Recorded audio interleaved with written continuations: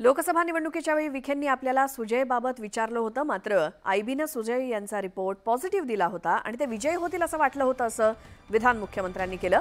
ते लोणीमध्ये बोलत होते। यावेळी त्यांनी अहमदनगर लोकसभा मतदारसंघातील निवडणुकीवरती भाष्य केलं। ऐकूयात। पहिल्या दिवसापासून मला मंत्री महोदयांनी विचारलं सुजयच्या बद्दल काय, मी बोललो त्याचा तर आयबीचा रिपोर्ट आहे, तो निवडून येतोय।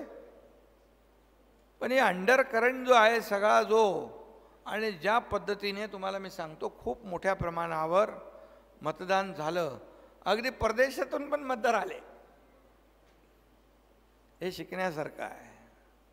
आणि म्हणून यामध्ये आता मी काही जास्त डिटेलमध्ये जात नाही। समोरच्या महाविकास आघाडीच्या नेत्यांना माझ्यापेक्षा मंत्री महोदय फार चांगल्या प्रकारे ओळखतात।